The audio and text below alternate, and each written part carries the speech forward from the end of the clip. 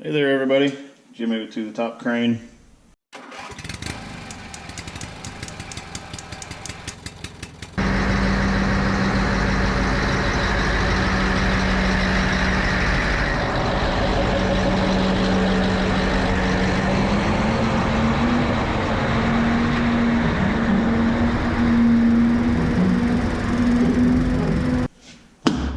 Today we had a box show up. I paid for this part. UPS just dropped it off. This is going to be another Cummins repair video. Actually, it's not really Cummins more than it is Ram or Dodge.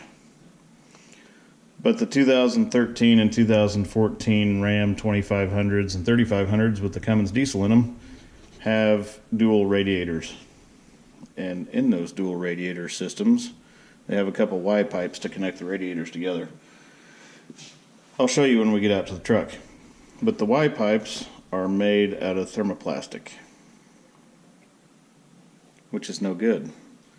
The upper side of the cooling system, basically your upper radiator hose, carries the most heat, and Y pipe's prone to cracking and leaking. Some people have been stranded by theirs. Mine sprung a leak. So luckily I wasn't stranded by it, but this is my repair for it. These kits are available out there, and I'll show you when we get this open. I ordered this from Extreme Diesel Performance, and I am not sponsored by them. They did not give this to me. They didn't give me a discount. I paid full price for this bad boy. We got a box in a box, shipping label, just so everybody sees.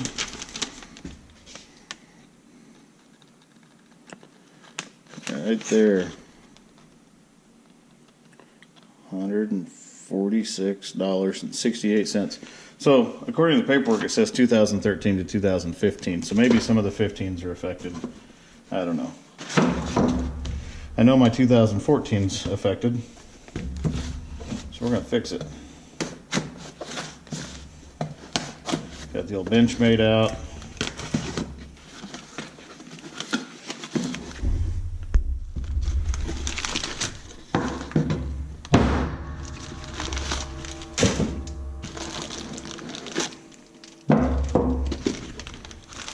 So this is the kit.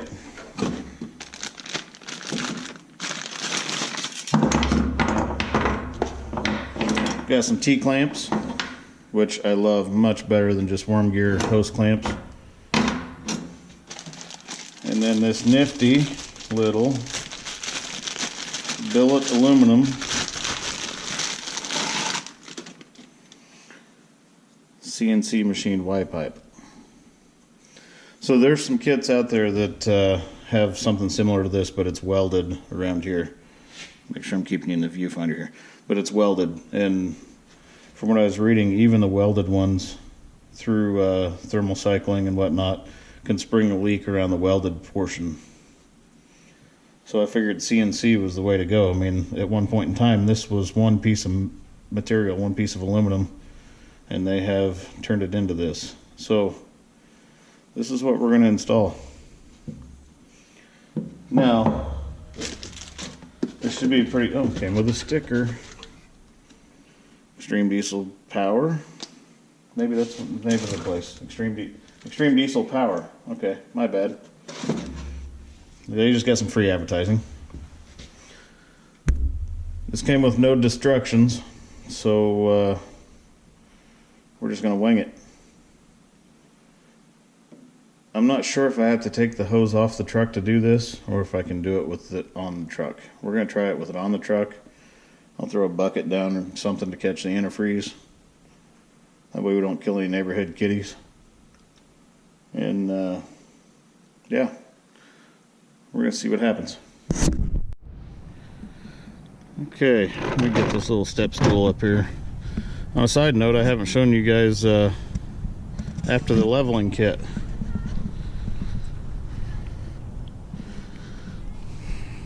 So that's with 35s and the leveling kit. All right, back to business. here is the culprit. This little jewel right here. And you can see it's got a little puddle of coolant in it right there.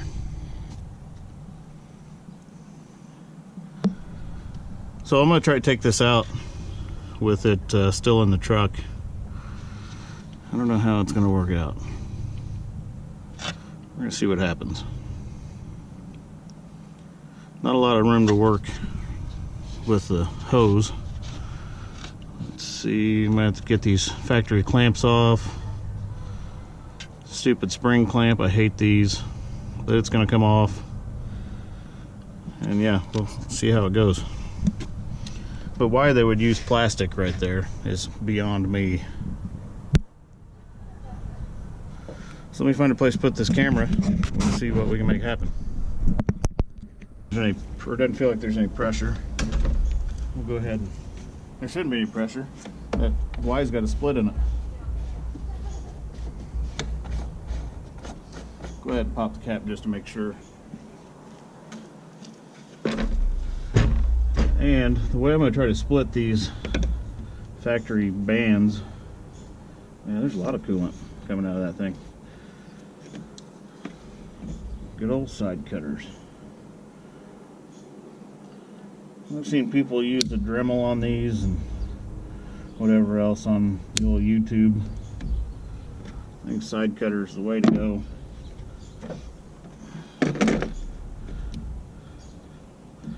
Just got to be careful not to clip the hose.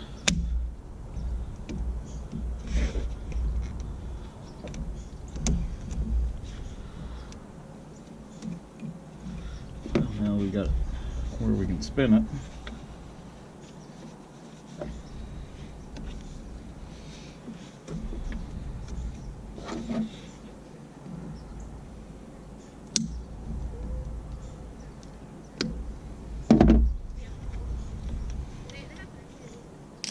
Those aren't needed.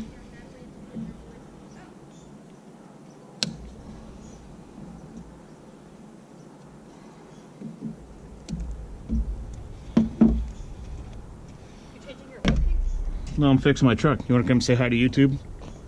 I got my camera going. Oh, no. Well, I'm going to edit it. I can edit it out.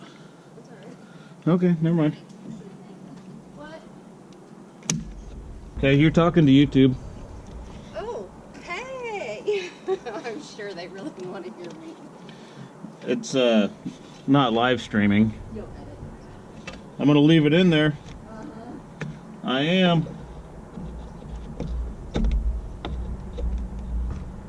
She thinks I'm going to edit that out. Not a chance.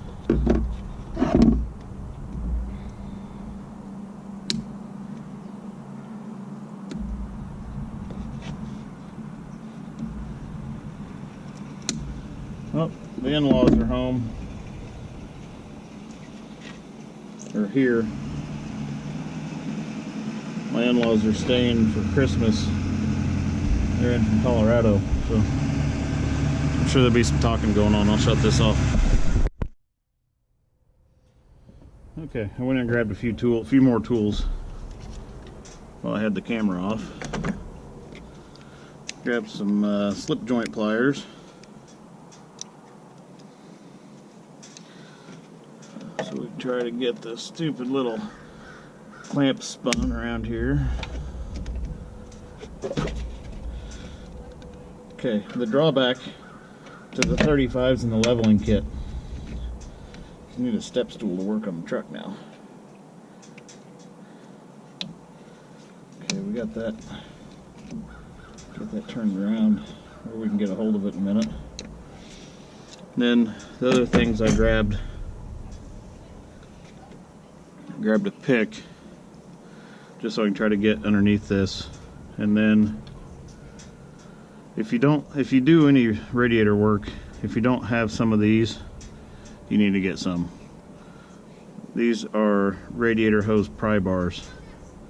They're not, I mean, it looks like an angled pick, and it kind of is, but it's somewhat sharpened, but it's still blunt enough that unless you try, you shouldn't shove this through a hose.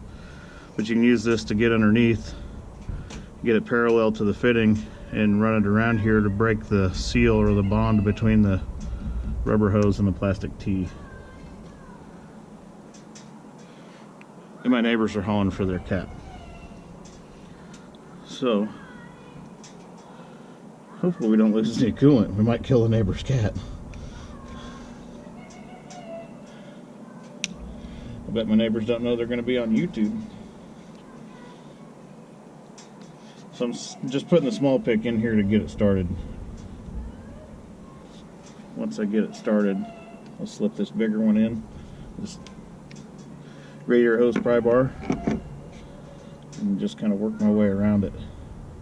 Carefully, so you don't poke a hole through the hose.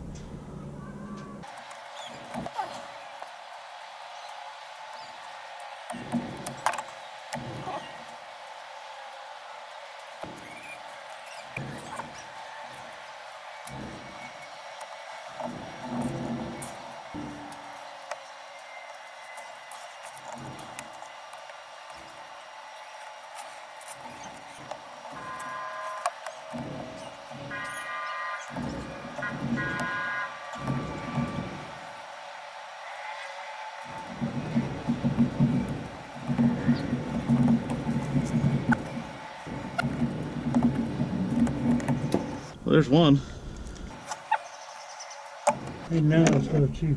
That's fact. Right in the first place, you wouldn't have to redo it.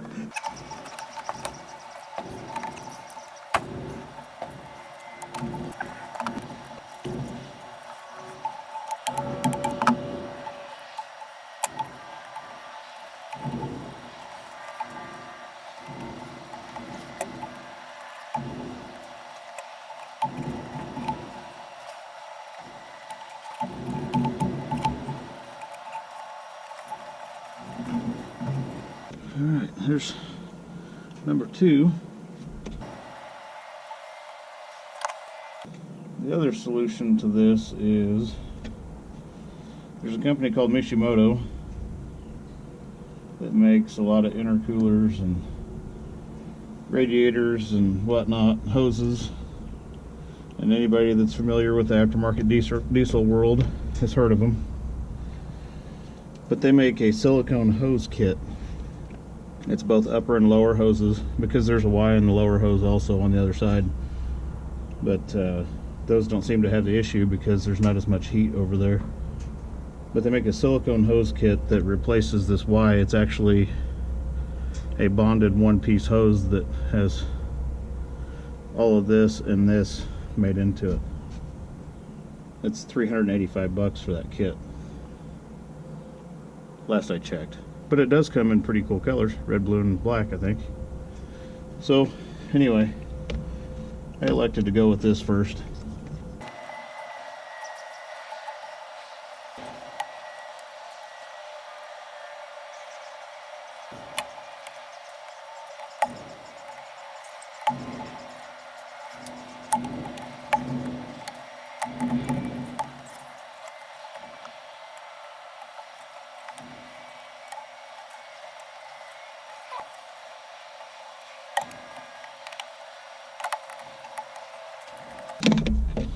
Alright,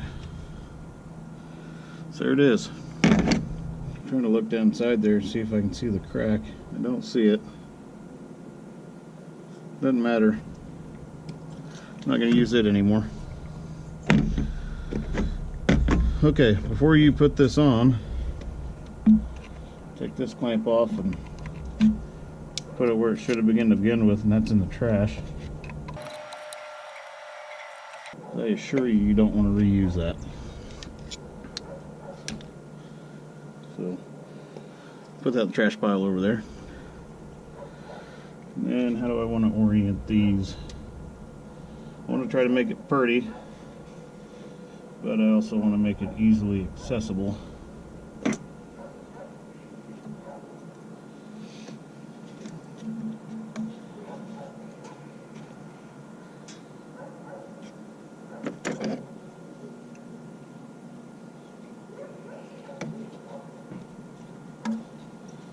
I think we'll do something like so.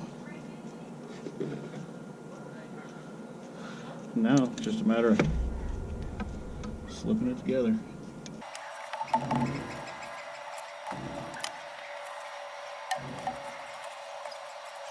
going to take the nut off of that T-clamp bolt so I can spread it open a little further.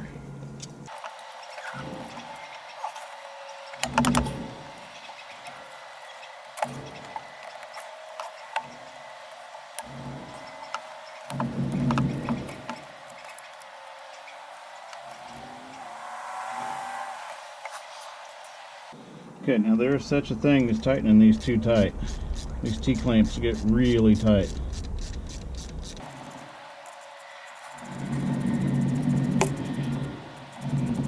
So I just watch the clamp, the band on it, and I tighten it just until I see the band start sinking down into the rubber. Put this little isolator back up in here. It just keeps the hoses from rubbing on, keeps them held up off the alternator. And this truck does have the dual alternator option, so I've got one here and one over there. Both of them are 220 amp alternators. I was told that those are like a snowplow kit or something. I know it's handy for my extra lights that I have installed.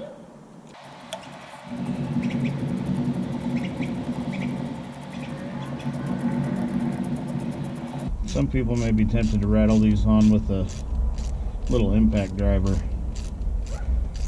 You can do what you want, it's your truck. I wouldn't do it.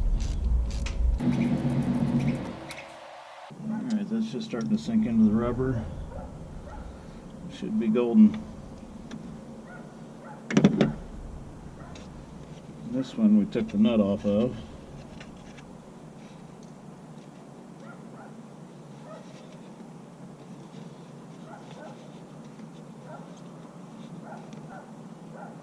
So, oh, you gotta be kidding me. Oh.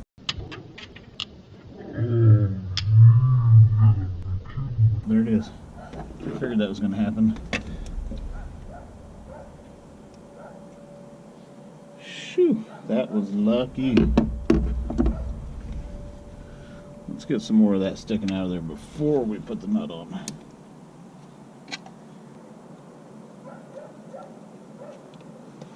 That's better.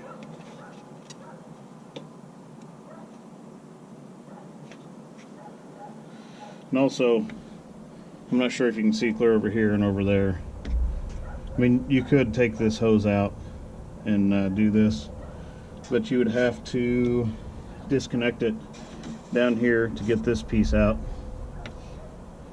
Disconnect these clamps, which are spring clamps again, and I don't like I said, I don't like to reuse spring clamps.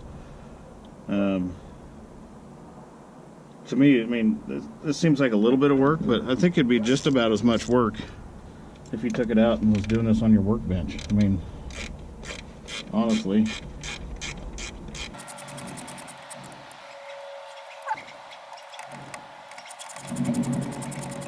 I know some of you might say, well, that's aluminum, won't it corrode?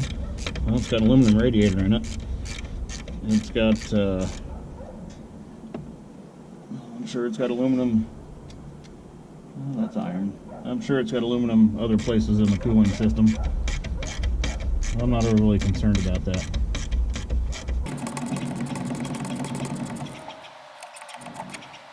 Okay, done dealing.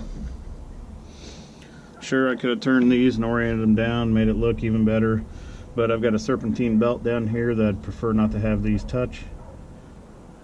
From an installation standpoint, just makes it easier. I'm function, not fashion. So all this is easy to get to. The drawback is now at some point when I'm reaching down in here to do something, I'll probably catch my arm or something on these. I'm just going to add a little cat killer to it. Test drive it. To test drive it, we're probably going to drive and get some adult beverages. Because now, let's see, it's Friday. And I'm off work until next Wednesday.